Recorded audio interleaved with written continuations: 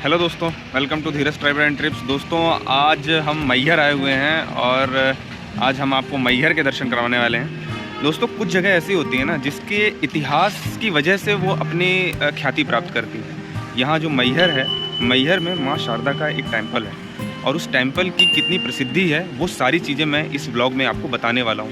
क्यों वो प्रसिद्ध है, क्या उसका इतिहास रहा है, उसके बारे में मैं आपको बताने वाला हूँ। ये मैहर रेलवे स्टेशन है और हम तो वैसे बाई रोड आए हैं। ये आप मेरी ड्राइवर देख सकते हैं, हम बाई रोड इस सफ़र को तय किए हैं और अब हम मैहर माता मतलब जो शारदा माता हैं उनके टेम्पल में जाने वाले हैं। तो चलिए, जितनी भी जानकारी होगी, जो भी इस ब्लॉग में इसका इतिहास होगा वो मैं आपको इस ब्लॉग में बताऊँगा।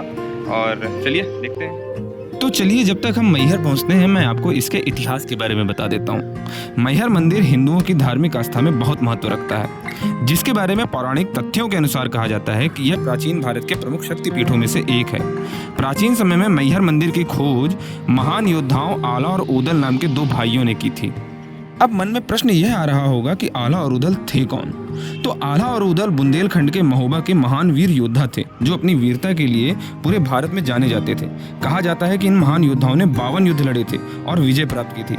आखिरी युद्ध इन्होंने पृथ्वीराज चौहान के साथ लड़ा था, जो कि बहुत ही भीषण युद्ध हुआ था और इस युद्ध के बाद आला माँ शारदा के भक्त बन गए थे।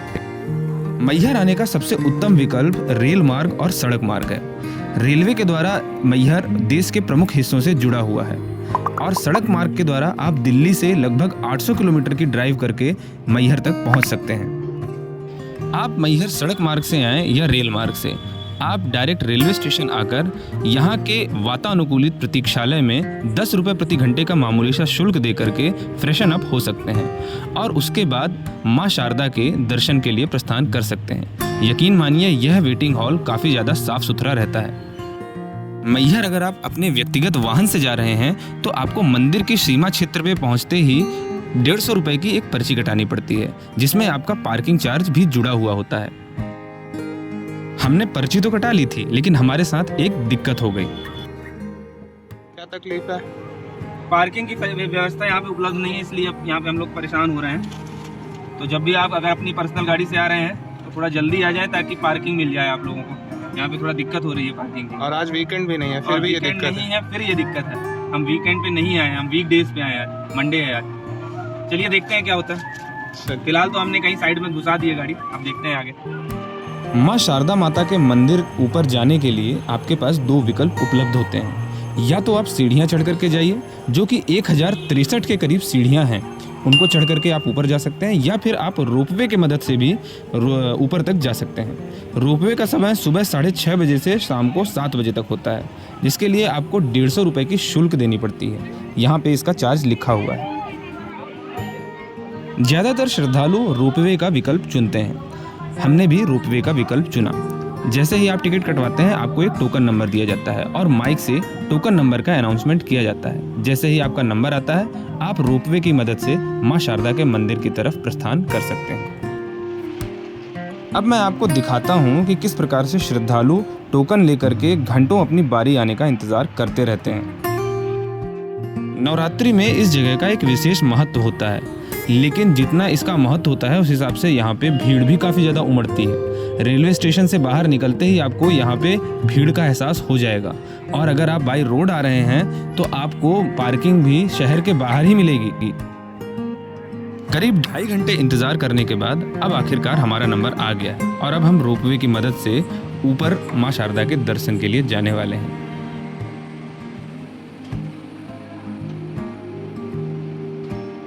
हमारी राइड शुरू हो चुकी है मैहर के लिए।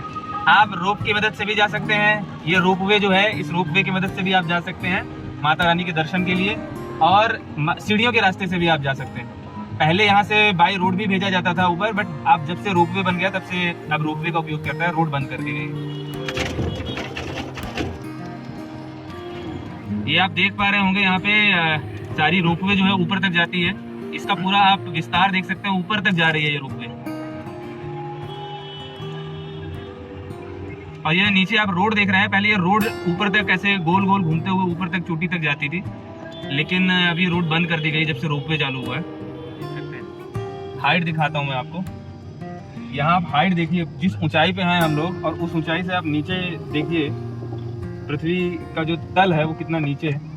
कितनी ऊंचाई पे माँ शारदा विराजमान है, यहाँ से आप अंदाजा लगा सकते हैं। और वीक डेज में भी आप यहाँ पे भीड़ का अंदाजा देख करके, हमें कम से कम 2.5 घंटे लग गए लाइन पे लगे हुए, तब जा करके हमें रोपवे में बैठने को मिला है। तो आप अंदाजा लगा सकते हैं कि वीकेंड पे कितनी भीड़ होती होगी, और नवरात्रि के टाइम पे तो और भी ज़्यादा भीड़ होती होगी। ये जो सामने आप शेड देख रहे हैं, ये सीढ़ियों वाला रास्ता है। यहाँ से आप पैदल पद यात्रा के द्वारा भी माता रानी के दर्शन के लिए जा सकते हैं। ये पद यात्रा वाला रास्ता है, पूरा शेडेड है। गर्मियों के टाइम पे इस शेड की बहुत ज़्यादा ज़रूरत पड़ती है।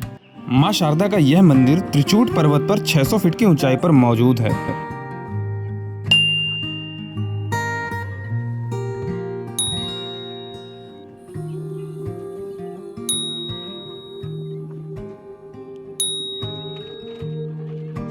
तो दोस्तों यहाँ आप देख सकते हैं मैं शारदा माता के मंदिर पहुँच चुका हूँ, और मेरे पीछे आप मंदिर को देख सकते हैं, जय माँ शारदा लिखा हुआ है। ये मुख्य द्वार है मंदिर का, जो कि सिर्फ नवरात्रियों में खुलता है। अदरवाइज़ आप देखेंगे मेरे पीछे कि ये मेरे पीछे जो शेड बने हुए हैं, यहाँ से जनता जो है, पब्लिक जो है, वो अंदर के लिए मंदिर के मुख्य द्वार में प्रवेश करती है। और यहाँ पे वीक डेज़ में जब आप इतनी भीड़ देख पा रहे हैं, तो वीकेंड पे तो आप उम्मीद कर सकते हैं कि कितनी ज़्यादा भीड़ होगी, तो आप अवॉइड कर सकते हैं वीकेंड पे यहाँ पे आना। लेकिन अगर वीक डेज़ में भी आप आते हैं तो कोशिश करिए कि जल्दी से जल्दी आप अपने घरों से निकलें, ताकि आपको पार्किंग मिल जाए, और दर्शन के लिए जो लंबी लाइन है, इससे आप बच पाएंगे। अभी मैं आपको फ्रंट कैमरे की मदद से दिखाता हूँ कि यहाँ के ऊपर के नज़ारे कैसे हैं। यह जो आप सामने की तरफ में देख रहे हैं, यह मंदिर का मुख्य प्रांगण है। यहाँ पर प्रसाधन की व्यवस्था, पानी की व्यवस्था, पुलिस की व्यवस्था और प्राथमिक उपचार की भी व्यवस्था की गई है। इस प्रांगण में नवरात्रि के समय भजन, भक्तें और विभिन्न प्रकार के कार्यक्रमों का आयोजन किया जाता है। अब यहाँ पर जो आप शेडेड गलियारा देख रहे हैं, यहाँ पर श्रद्धालुओं ने लाइन लगा रखी है माता रानी के दर्शन के लिए। जितनी लाइन नीचे है, उतनी ही लाइन आपको ऊपर भी दिखाई दे रही होगी। मैहर की अन्य घूमने वाली जगहों में नीलकंठ मंदिर, आला उदल अखाड़ा, बड़ी खीरमाई मंदिर, पन्नी खोह जलप्रपात, मैहर का किला, इच्छापूर्ति मंदिर और इसके अतिरिक्त भी बहुत सारी जगहें हैं। लेकिन मुख्य रूप से यहाँ पे ध्यान आकर्षण का केंद्र माँ शारदा का मंदिर ही है।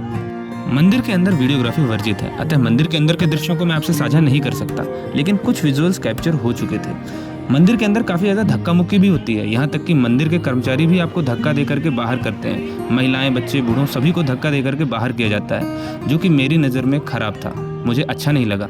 इस बारे में मंदिर कमेटी को विचार करना चाहिए। घने जंगलों में आला ने इस मंदिर की खोज करने के बाद 12 साल तक अटूट तपस्या की थी और देवी को प्रसन्न कर लिया था और उससे अमर होने का वरदान प्राप्त किया था।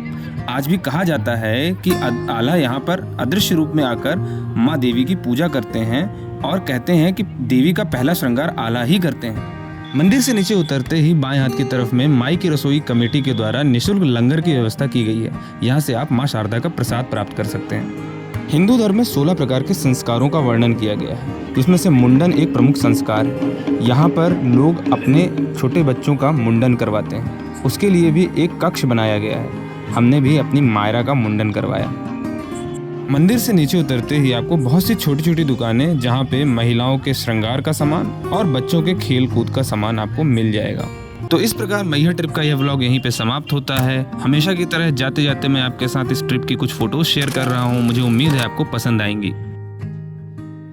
मुझे उम्मीद है आपको मैहर ट्रिप का यह व्लॉग बहुत ही पसंद आया होगा और आपको हमेशा की तरह कुछ नई और रोचक जानकारियां जानने को मिली होंगी। अगर यह व्लॉग आपको पसंद आया है तो आप वीडियो को ज़रूर लाइक करके जाएं, क्योंकि इससे हमें मोटिवेशन मिलता है। कमेंट्स करके आपके क्वेश्चन पूछ सकते हैं या अपने सुझाव दे सकते हैं। अपने दोस्तों के साथ में इस वीडियो को शेयर करें, और अगर आप चैनल पे नए हैं या वीडियो पे नए हैं तो चैनल को सब्सक्राइब कर लें और बेल आइकन को हिट कर लें। मिलते हैं किसी नए वीडियो में, नए ट्रिप में, कुछ नई और रोचक जानकारियों के साथ में। तब तक के लिए this is Dheeraj signing off.